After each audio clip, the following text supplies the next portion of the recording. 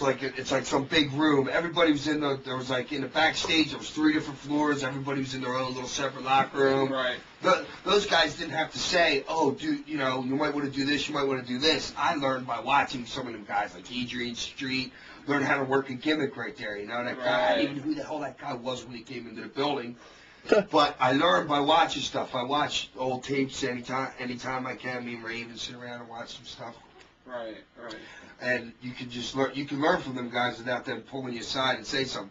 And they didn't know me anyway from a can of paint, you know. So. Right.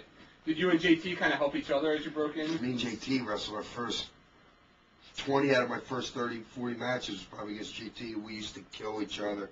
We would come out with a black eye. I broke his jaw. Well, JT gets hurt every match. You'll see that on the JT Smith shoot and everything. You see it, you know, people, when you see him do that dive over the front rope and he landed on his head, the guy gets hurt every match. It's unbelievable. I just thought it was me at first because I was hurting him all the time. I'll tell you a story. We were in Joel Goodhart's wrestling school down in Northeast Philadelphia. And me and JT were having a match. Goodhart brought in a camera, you know, pretty much just like we're doing now. So you can see, so you can take it home and look at it on tape and watch yourself, which was actually a good idea. While we're going to do the finish, JT shoots me in, or I might have just called. I don't know if we had a finish. He hits me with a headbutt and opens me up. I don't know if the scar's right here. I don't know if you can see it. Gave me 15 stitches in my head. This is like maybe 3 months in the wrestling school. I had to go to the hospital, get all stitched up and shit like that. But yeah, me and him killed each other for probably about the first 2 years. Was it your idea to go with the wetsuit as your gimmick when ECW started rolling? Or? Actually, it was Jerry Lawler's. Jerry Lawler called Goodhart and needed a couple guys, you know, because Memphis is doing bad then. They want to pay guys $40. Lawler will take anybody, you know, as long as they'll be happy, keep their mouth shut, and stay there. So he wanted gimmicks. He was into, like, this is when he wanted, this is before he got in bed with Vince. Or that 13-year-old girl, which I don't know what but he had like the grave digger down there, which was like an Undertaker takeoff. They had like the guy in the Spirit of America, which was like a babyface Davey Boy Smith, red, white, blue type character. I don't know if my name was Sandman, and I think the first conversation that Goodhart and Lawler had, Lawler was like, Sandman, well, tell him to get a surfboard and a wetsuit. We'll bring him down as a gimmick. And that was okay by me because I know you need a gimmick. I was only in the business 2 years. Little did I know I already had my gimmick. This is me. I drink beer, I smoke cigarettes, and I beat people up. That's what I used to do. And I just used to do it in bars before I did it in wrestling. So then, so that's who came up with the idea, Lawler, for the wetsuit and the surfboard. And then I was glad to get rid of it. I can't even watch that stuff. It's unbelievable. What was Memphis like? Memphis was great. I mean, I learned, though. I wrestled Lawler. I was down there for 2 weeks. They put me over on Tom Pritchard. So I'm in the business 18 months. I think I know a little bit. I don't think I know a lot. Right now, I still learn every day. That's the great part about this business. You can learn for 30 years just by sitting around bullshitting with guys, talking to Terry Funk, talking about old times. You can always learn something. So where was I going with the story? Oh, USWA, Jerry Lawler. Oh, yeah. So I went down there. They put me over on Pritchard the first week. Pritchard had already been in the business 15. So I learned from him for a week with him. Then he put me with Tony Anthony, the Dirty White Boy. They put me over on him for a week. The White Boy's been in 15 years now. Now I got 30 years with these two guys for a week. And then they didn't have anybody else down there. They put me in a program right with Lawler. I was in a program with Lawler for 2 months.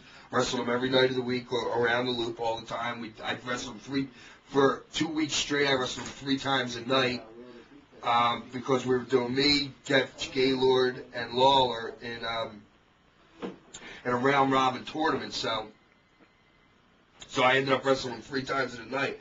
And I learned from Lawler more. I learned more in one match with Lawler, or one match with White Boy, or one match with Tom Pritchard than I did in the previous 18 months. I learned how to go out to the ring and relax and not playing it like you're playing middle linebacker on the Super Bowl or something like that. I used to have a headache every time I came out of the ring. I used to just be so tense, and I learned from those guys. You can go out there and relax. But when you've been doing it for 20 or 15 years, you can go out there and relax. Now I can get to the point where I'm as relaxed as Lawler is in the ring. And Lawler's out there chewing gum, sending all your spots through the referee. I mean, you go out there with a finish, that was it.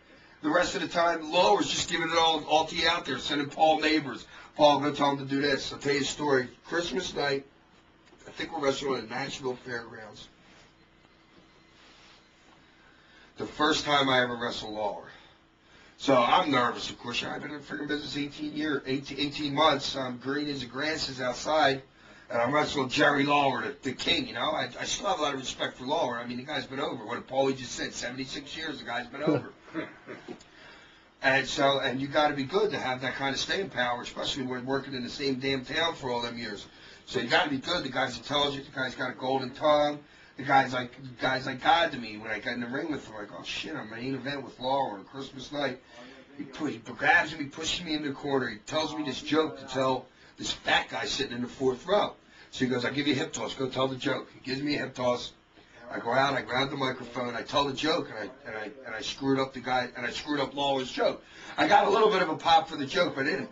I got back in the ring, Lawler locks up, pushes me in the corner, he goes, this is how the joke goes, go get it right. Gives me a hip toss, sends me back out, I gotta go do the joke again to the guy, because he was mad I screwed up his big joke. But that's how I learned how to relax in the ring, how to just go out there and have a good time. And it's so much easier when you are relaxed. Did you find there that the veterans helped you out? Yeah, they helped me out, but they didn't. Like Tom Pritchard, I'll tell you another story. I locked up with Tom Pritchard. He knew Pritchard had been up to Tri-State Wrestling Alliance through Joel Goodhart.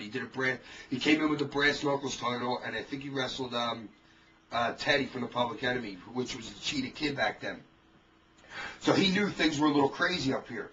The first time I got in the ring, he told me what we were doing. I'm going over on him. You know, he's probably a little bit pissed off, you know. What can he do? But he's business. Business is business, you know. I lock up with him, and I go to take over on him right away. And he's not selling. I'm giving him these and something he's not selling.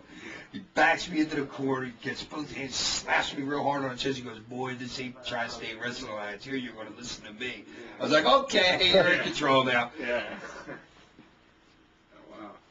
So you were down there for what, 2 months? 2 months. My wife couldn't handle me being away from home and the kids and stuff like that. So I had to get out of there. I told Tony Falk helped me here because Tony was kind of like my Fonzie here. Fonzie's like the ECW concierge. He makes sure everything goes smooth. If you want something done, you need something taken care of, Fonzie will get the person, make sure it gets taken care of. So down there, Tony Falk, he knew I was having a problem with my wife. My wife's calling, you know, I can't stand you being there, all this. So I said, I got to go home. He goes, don't worry, I'll talk to the king for you. So Tony Falk set it all up. When I went in to wrestle the king that night, he goes, hey, I hear you need to go home. Your wife's giving you a problem. He said, I said, and then I gave and then he said, can you hang out for 2 weeks or whatever? I said, fine, no problem. Yeah. So I hung out for a little more. They fucking jobbed me out. Yeah. Did you like going on the road as much?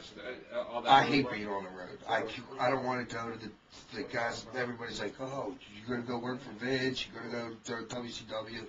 I'm very happy right here. I sleep in my own bed most of the time, 5 days a week. If I want to go, we go to New York or Boston. It's a different thing.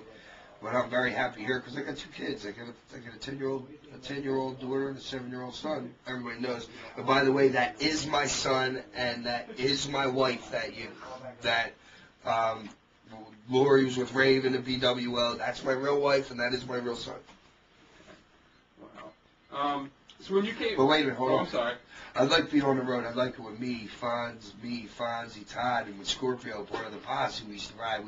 I'd fly in from Utah or whatever. When I lived in Utah last year, we'd go on the road and we'd hang out all weekend. So I like having the time with the boys, but I don't want to be on the road 20 days out of 30. Like going to Germany and all that crap and everything. I wouldn't mind doing any of that for a couple of weeks, but I don't want to go there for like 6 months or anything like that. Right. When you came back, ECW, I guess, was just starting to take off. I guess it had Eddie Gilbert at that point. When after Memphis, Eddie Gilbert was starting to book in. I don't even think. No, Eddie wasn't in yet.